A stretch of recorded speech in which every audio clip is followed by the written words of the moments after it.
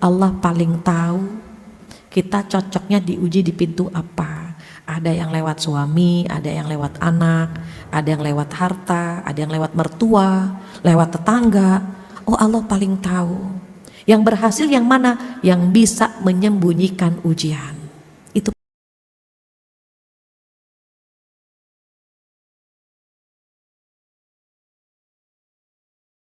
Jadi sabar yang pertama, sabar dalam menjalankan perintah Allah Subhanahu wa Ta'ala, termasuk taat kepada suami, itu perintah Allah. Maka kalau kita ingin taat kepada suami, mohon maaf, jangan lihat suaminya, lihat Allah yang nyuruh kita taat sama dia. Kalau melihat suami agak susah ya, dia sama dia taat gitu, waduh, orangnya sarungan terus gitu, mana sholatnya lambat. Banyak yang DM ke saya, Bu Fathia, apakah wajib taat kepada suami kalau suami begini.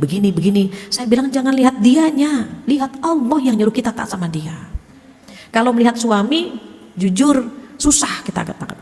Kenapa? Kalau taat sama orang tua kita mudah ya, yang melahirkan, yang merawat, yang membesarkan itu orang tua. Jadi kalau kita taat itu insya Allah lebih mudah.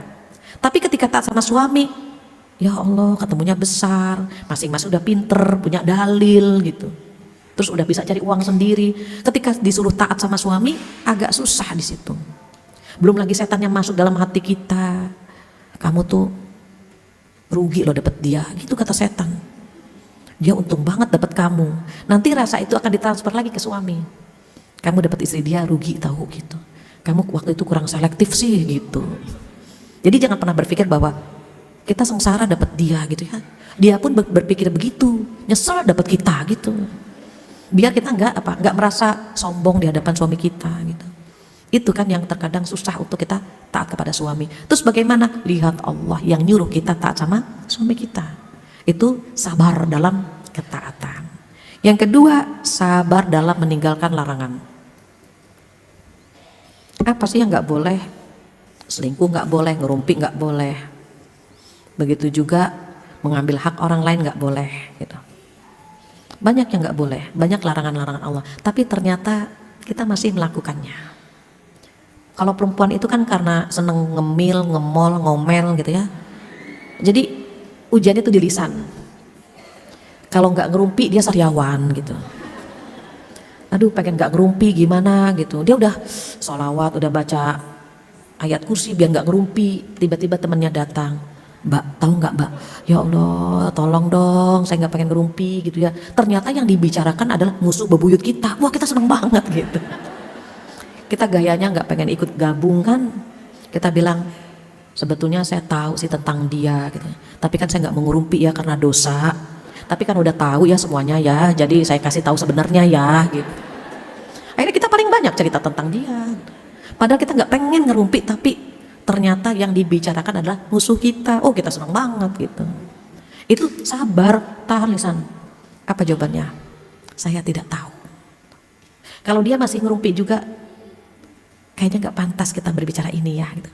Ma yakunu lana an natakallama bihadza. Allah ngajarin itu tuh di surat An-Nur ayat 11 sampai ayat 20. Itu ada hadisul ifk. Hadisul ifki itu berita hoax tentang fitnah yang diberikan, yang ditujukan kepada Aisyah. Aisyah difitnah selingkuh dengan Sofwan. Siapa sih pawangnya yang bikin berita itu? Pawangnya itu orang munafik, namanya Abdullah bin Ubay bin Salul. Nah, saat orang tergoda untuk menyebarkan hoax itu, Allah ngasih tips. Tips yang pertama, saya tidak tahu gitu. Tips yang kedua apa? Tips yang kedua, nggak pantas kita membicarakan ini gitu ya. Atau yang paling tinggi, ini berita bohong. Kenapa? Karena kita tahu itu fitnah. Jadi kita bisa langsung mengatakan ini berita hoax, ini nggak bener. Saya kenal dia nggak akan pernah melakukan hal seperti itu. Jadi kalau kita dengerin ngerumpian, yang bener, masa sih gitu. Itu ya membangkitkan orang untuk ngerumpinya lebih banyak gitu. Astagfirullahaladzim, kan nggak boleh ya. Tapi akhirnya gimana tuh dia? Kadang-kadang begitu. Kita tahu itu nggak boleh, ya Allah nggak boleh, tapi kepo gitu. Maka kurangi ya membaca status orang lain di gadget kita. Kita terkadang melihat lagi di mana dia, bersama siapa. Kita menganggap dia bahagia sekali hidupnya. Ih enak banget ya punya suami kayak suaminya dia, makannya di luar terus. Itu kan pencitraan. Boleh jadi makan di luar setahun yang lalu gitu. Waktu posting dia lagi meriang, lagi rebahan, tapi kan pencitraan. Tapi yang lihat, ya Allah dia makan di luar lagi kan gitu. Makanya jangan terlalu kepo dengan kondisi orang lain. Kenapa? Itu yang membuat kita cepat tua. Kalau pengen awet muda, bacanya itu sekiranya saya, oh dia di sini, alhamdulillah dia sehat. Oh dia lagi ada di pengajian, udah gitu aja. Kalau kita terlalu ingin tahu, nauzubillah ya, khawatir ada kedengkian di sini. Ada penyakit hati. Orang kalau udah dengki, ngeri. Kenapa ngerinya? Kedengkian itu memakan kebaikan yang ada dalam diri kita. Ngeri kan? Salat kita susah khusyuk, puasa sunnah jarang.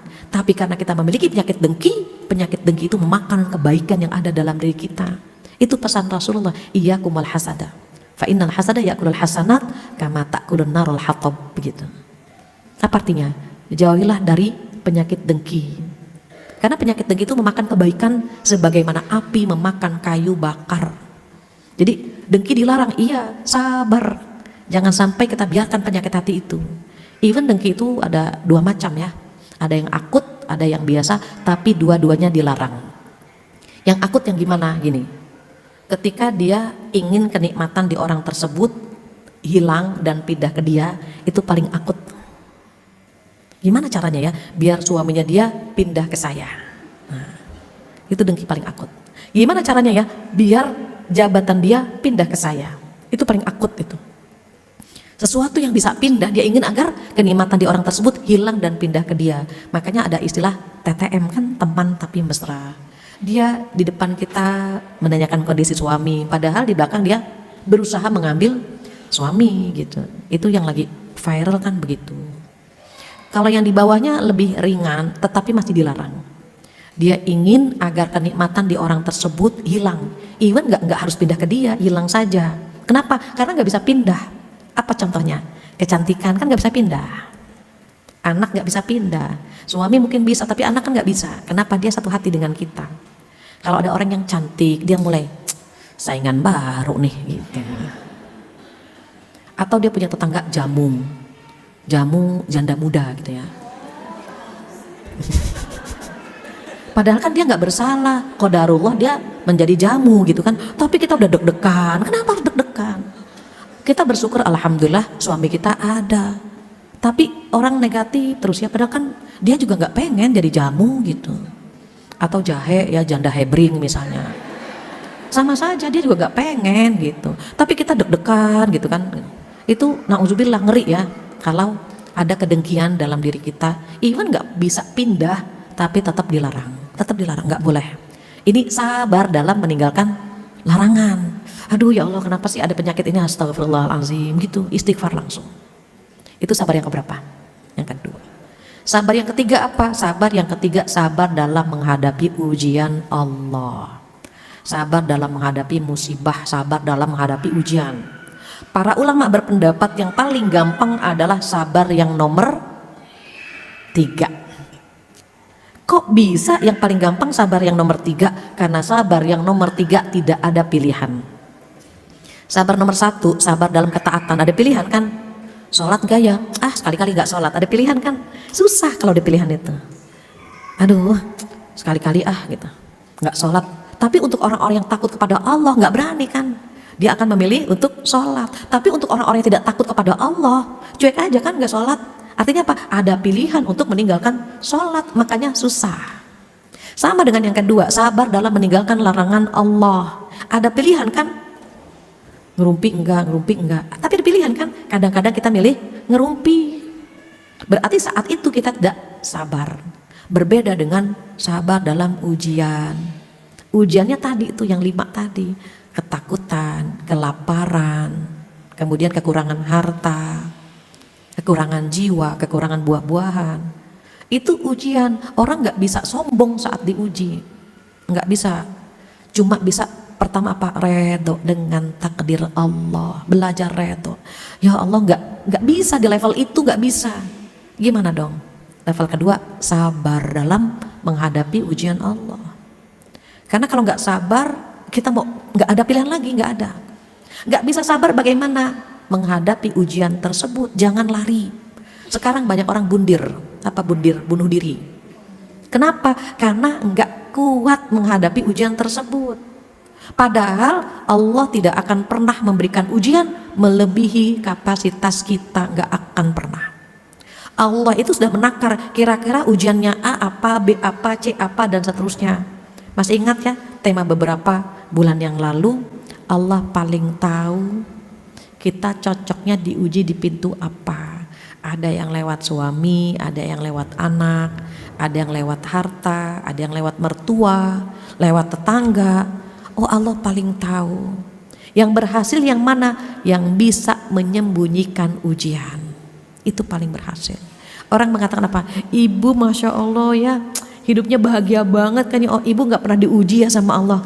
Alhamdulillah, amin. Berhasil menyembunyikan ujiannya. Kenapa? Karena memang orang-orang yang paling baik adalah orang yang bisa menyembunyikan ujiannya dan memperlihatkan atau mengucapkan kenikmatannya. Apa kata Allah?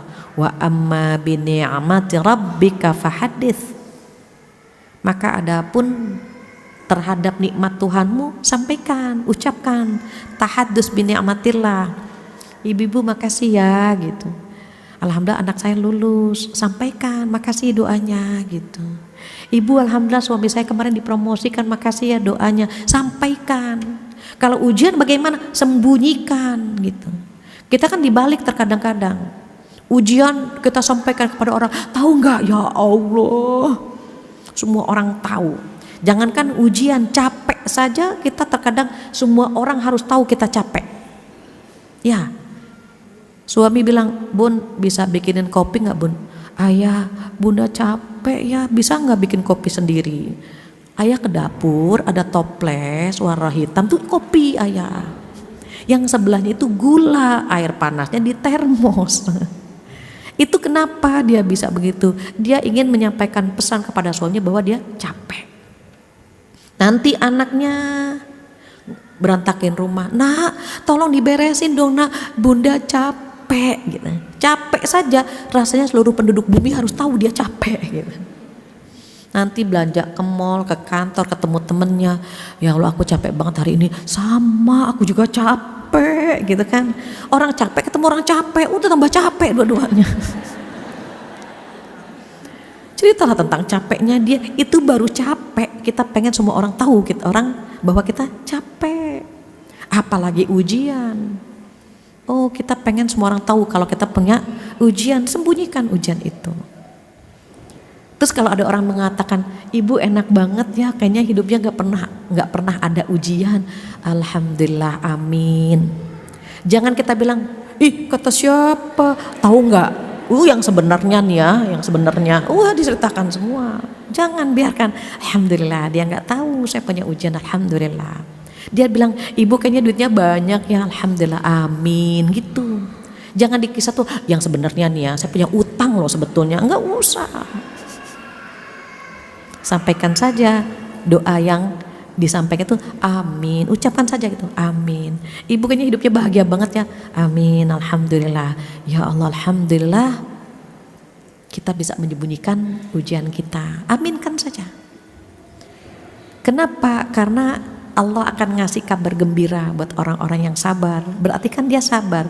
Siapa sih orang yang sabar? Alladzina idza asabathum musibah qalu inna lillahi wa inna ilaihi raji'un.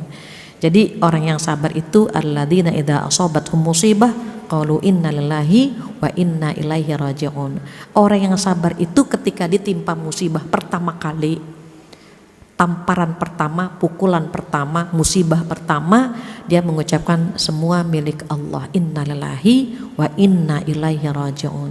Semua milik Allah, akan kembali kepada Allah Subhanahu wa ta'ala. Apa yang akan Allah berikan kepada dia kalau dia sabar? Nah ini kabar gembiranya.